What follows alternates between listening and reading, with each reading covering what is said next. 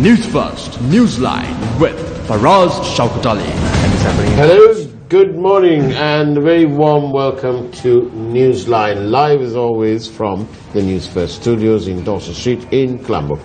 Now then, there's a serious problem going on in our country. Yes, you're right, there are several serious problems. But there's one problem that doesn't seem to go away, and the numbers are increasing, and that is the incidences of suicide.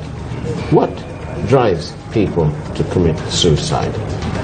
We have got Mr. Ranil Tilakaratne from CCC Line, which is a helpline to assist in the prevention of suicides. Very good morning to you, Mr. Tilakaratne. Good morning. And welcome to Newsline. What drives any person to contemplate suicide? Well, actually, suicide is actually the tip of the iceberg. Oh. Yes, because before someone actually thinks of taking their own life, there's a lot more happening underneath. For example, depression, peer pressure, exam pressure, financial issues, lack of jobs, then relationship issues. So they think that they have no place to go, no one to talk to, or if I talk to someone, will I be labeled as a crazy person or as a weak person? So they think the only way out of this is by taking their own lives, and we are here to say that is not the case. Should there be any circumstances in which one should take their life? No, absolutely not. Life's too precious. Life is way too precious and way too good. Really? Yes. Even amongst all this corruption and I am deeply troubled by what goes on in this country in terms of corruption. You take the newspapers and you read it, it's all bad news, and it's getting worse, and people are really challenged. They don't have enough money, they can't make ends meet. The price of coconuts is in the market around 50 rupees, and in supermarkets it's more like 70. And so even this little notion about eating poached sambal and rice, that's actually become a very expensive item. It's a luxury now. It's a luxury. So what are people supposed to do? Should they commit suicide? Oh no, definitely not. Sometimes one person thinks that this is the only solution, but if they cross that one line, that moment, that second, they would realize that they can face life, that life can get better by you trying, not by getting help from anyone, but by you trying to get out of the solution. Because many people who have attempted and who are alive today, they are very thankful that they are alive today, because they have achieved so much. Some have gone, young people who have got married, who started their own businesses, who have children, who are being educated. They say, I would have never had this if I had taken my life, when I was in university, or when I was in school, or when I faced this problem, or when I had an argument with someone. So as you cross that line of the final line, when you think it's a final moment in life, as soon as you cross it, and after a little while, after some time, when you turn back and look, you sometimes even might laugh about it. Would it be fair to say that the best way, one of the ways of coping with what seems to be an insurmountable problem is to wait and see the next morning whether it still matters? Yes, it is. We always, the theme at CCC Line is out of the shadows, come out of the shadows. So sometimes we take this drastic decision is because we think we have no one to talk to. Our advice always is to first talk to your parents, or talk to maybe a religious leader, or maybe if you're in school, maybe your teacher. You will always have a favorite teacher or a master. You can talk to them. Failing which, as a last resort, you can call us. We are available from... What's your telephone number? It's 1333. It's a short code. 1333. 1333. It's 100% free. From wherever in the island you call, any network, it's free. And the second thing is 100% confidential. Your information, your details will never be taken out. But do they ask you for details? What kind of details you ask when somebody does? When they call, we just ask which area you're calling from. Just basic information. We never ask the name. We don't ask for a number. We might ask for the age, but other than that, we don't ask for any other information. I see. So 100% confidentiality. Yes. And you can talk for as long as you want to. As long as you want. Some calls go on for 5 hours. Oh, really? Yes. 1333.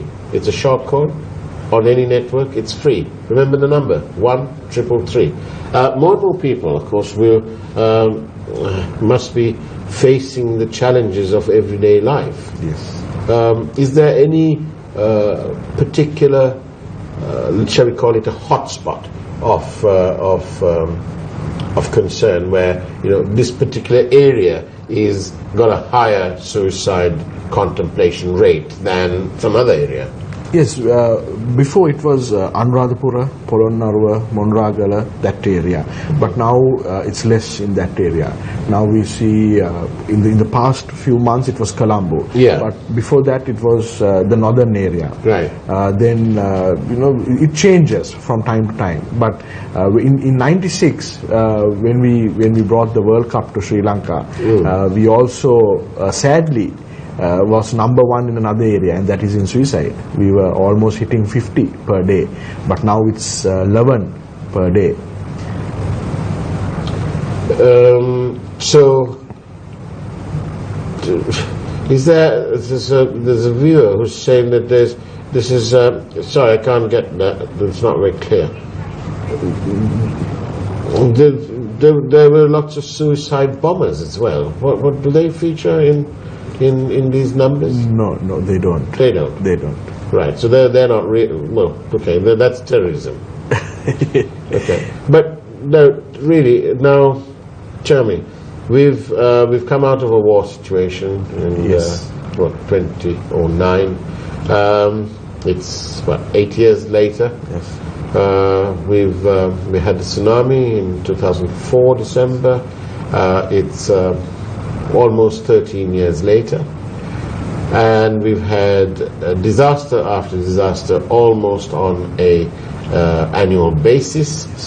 We have a disaster ministry that seems to be completely reckless by not being active, and there's a greater reliance on private from the private sector, as in like our network, it's a private business house at the end of the day.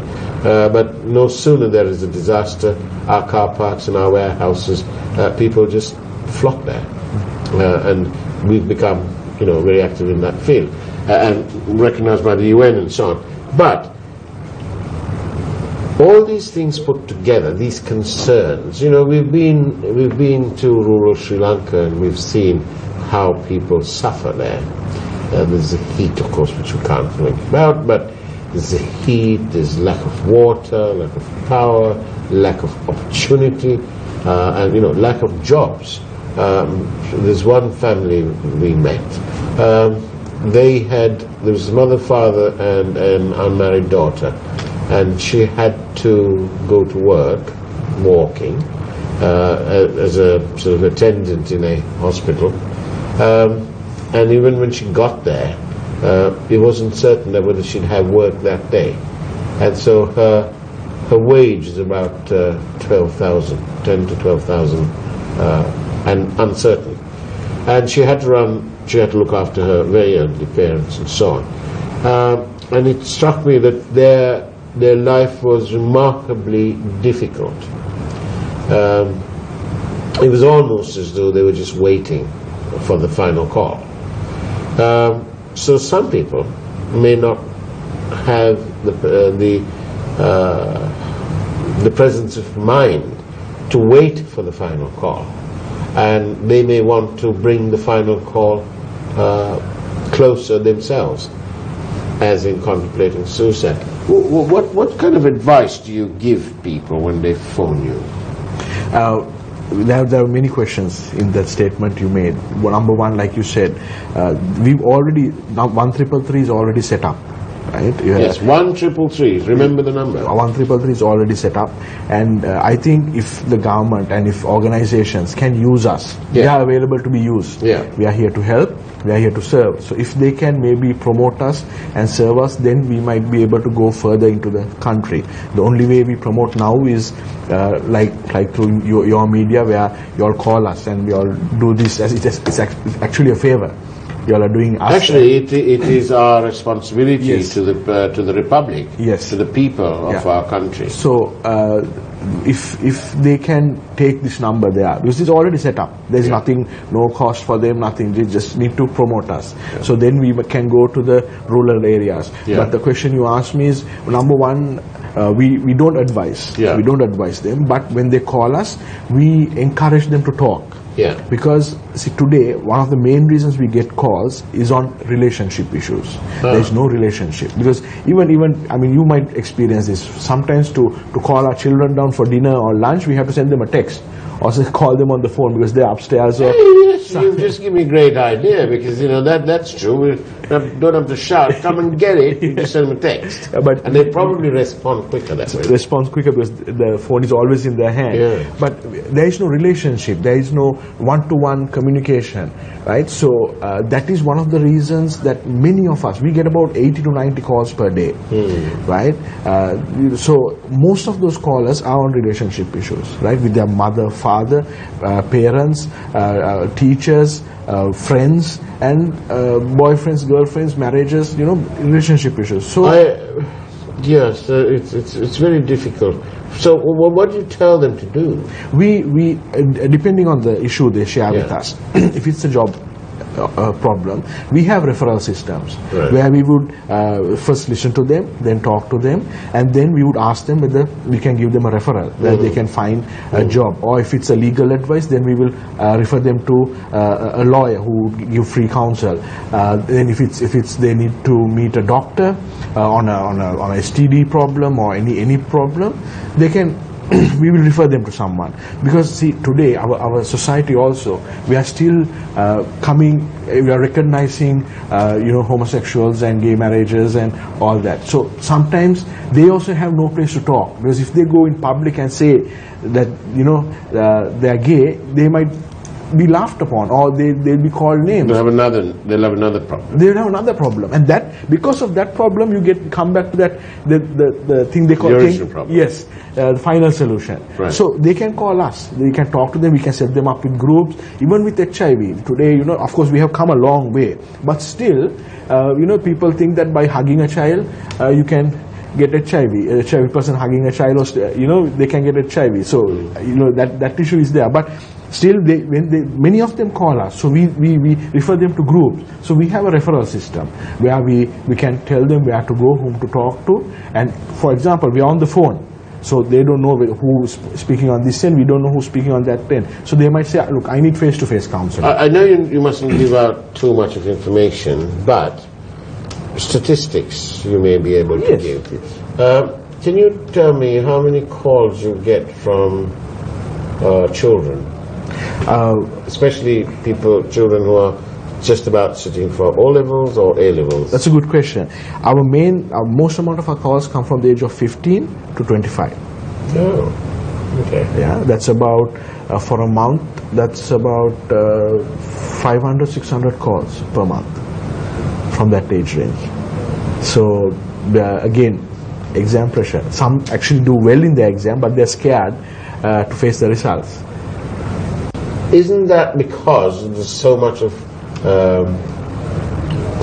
sort of expectation? Yes, expectation is very high.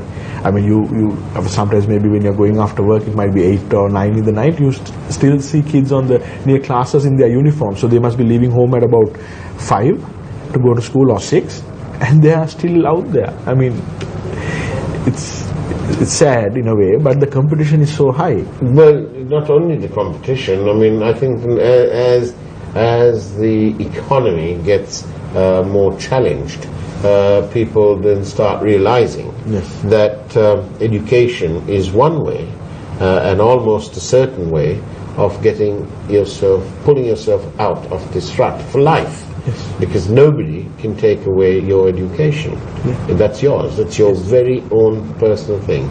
No one can take it away. Yeah. See, like you said, all those children in the rural areas, sometimes, they come to the main city because for classes, and they might be walking back home, or someone might be coming to pick them up. So they also come here because they know to come out of this rut they are in, they have to study.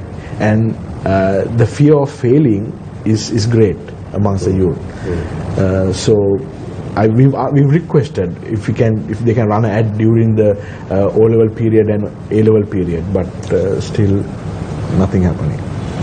What do you mean an ad? As in, just to tell children if they have, if there's any fear or any issues they want to talk about, they can call us. Because many, after our call rates go up, not just before the exams, even after the results come, call us. How do you bring awareness of your organization?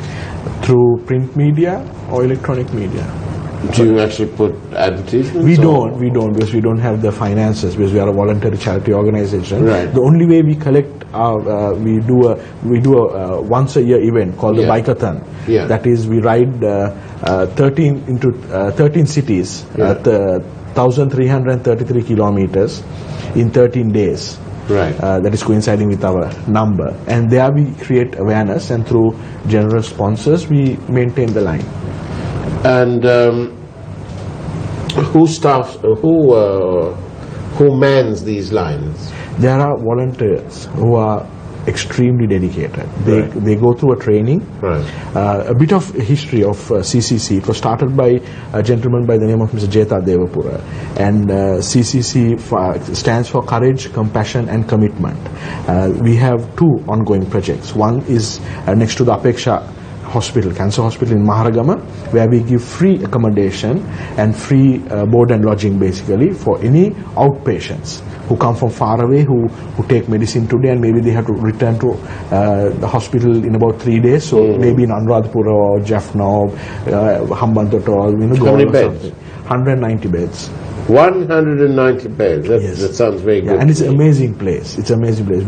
I'm so glad that you're telling me about all this. Yeah, it's amazing place. We try to make it the best place they can, a home away from home, and that is one project. And it's funded entirely? That is also, we raise funds. Okay. Yeah, we raise funds for that, so that we can. How do people donate to you? How they donate? Yeah. They can go to www.cccfoundation.org, and they can donate through that. Or they can phone 1333. They can phone 1333, and then we can give them further details. Yes, further details. And a lot of these donations, are they spontaneous? Is it like after this program you may get a call, or is it a series of events that you're doing? Or how does it? Where does the peak happen? It's both ways. I'm sure after this program there'll be many donors, Right. many people even calling the hotline, because now they've found out about something like this, and there is a place they can go to and talk to. Right. Also through awareness programs where we can. Some ads are run by Newsfirst and your media company to donate to CCC House. So that is how we get funds. And are you able to tell me how many volunteers you have to man these lines? Man the line at the moment we have 60. Right. And they come 60 at any one time? No, 6 at any one time, but we have 60 volunteers in our in the team. Yeah, in the team, and they are very dedicated. And what kind of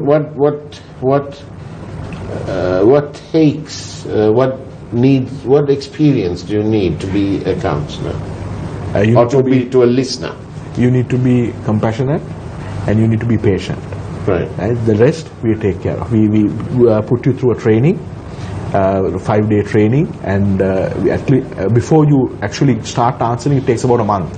So after the 5-day training, then we give you another training for about 3 weeks. Which is what? Which is where how to answer, how to listen, all that. And it's a live program where we do trials like role play. and stuff like that. So it takes about 1 month for a telephone counselor to start answering. Right, I see. And is it in all languages? Yes, English, Sinhala and Tamil. And mainly, of course, our callers are in Sinhala and Tamil, but we are all in all 3 languages. And it's absolutely confidential? Yes, that is 100%. Absolutely confidential and 100% free. Are you the only kind of organization? The only telephone line that does it free. The call is toll free. But there are others whom you can call, but of course they What's the state of the mind of the people affected by the war and the tsunami? The major incidents I'm talking about. Even the floods. Yeah, the floods, the landslides, Salava, the armory. Some people are actually very, they are depressed. They are depressed because they've lost everything. I mean, you can't even fathom what they are going through. They call us, but of course they don't call us immediately when the situation happens, because they have greater things to take care of. After about a week or 2, they might start calling us, and they'll start sharing their grief. It's basically a place for them to come, talk to, and even for some people to share their grief, because they can't share their grief at home or anywhere else, because they'll be considered weak or hopeless or whatever. But they come here and share their grief with us and share their story, and we are there to listen and hopefully persuade them that life is worth living. Yes, that comes from them at the end. That solution for their problems always has to come from them, so that they're self-dependent. I know you mustn't tell me these details, but I'll ask you a general question. How many calls have you got from people who say, I can't handle it, this government's so corrupt, I can't handle it? Well, actually, we get a few calls. Oh, really? We get a few calls like that. We also get a few calls who call us, I don't know why, but they call us and scold the government. And in the process, they scold us as well. Right? So, I don't know why that happens, but they just go. So but you don't hang up? We don't hang up, because that person is letting his frustration out. Right. And he has to have some place to let it out. So we keep listening to them. And that call also might go on for about half an hour. And sometimes maybe another person is on hold because of that call. And we do get people. I mean, any government, they'll call us and they'll blame the government, and it's always a blame game, right? So well, that's what the government does as well. They blame the previous lot, and the previous lot blame the previous lot to them. Yeah. So everybody's blaming each other. Nothing gets Nobody's done. taking responsibility. Yes, no responsibility. Yeah. Do you think it will get better? We're hoping for it. Hoping for it. You voted, well, I don't know if you voted, but we have a government that has promised good governance. Are you satisfied? This is a completely out-of-the-box question, unrelated to why you're here, but because you're a member of the public, I'm asking you, because I don't have so many opportunities to do this. So I'm exercising that opportunity, and I'm asking you, Ranil Tilakaratne, do you, as a member of the public, do you think it's getting better, things getting better? I would like to see things happening faster, and promises kept, and 2 years almost passed, and I hope things get better, because we hope things get better. Because there is no life without hope. So there's always hope. Yes. Well, 1333 is a number to call in case you want to get some counseling, someone to listen to, and it's completely and utterly confidential, and they won't hang up on you. True? True, very true.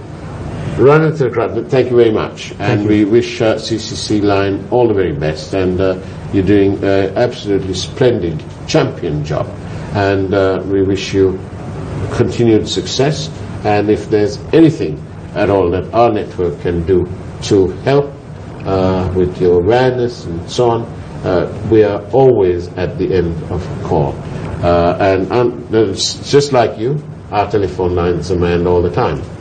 So, thank you very much for being on Newsline. Thank you for this opportunity. It's been an absolute pleasure. And that's about it from Newsline. We'll see you same time, same place tomorrow morning. Take care. God bless.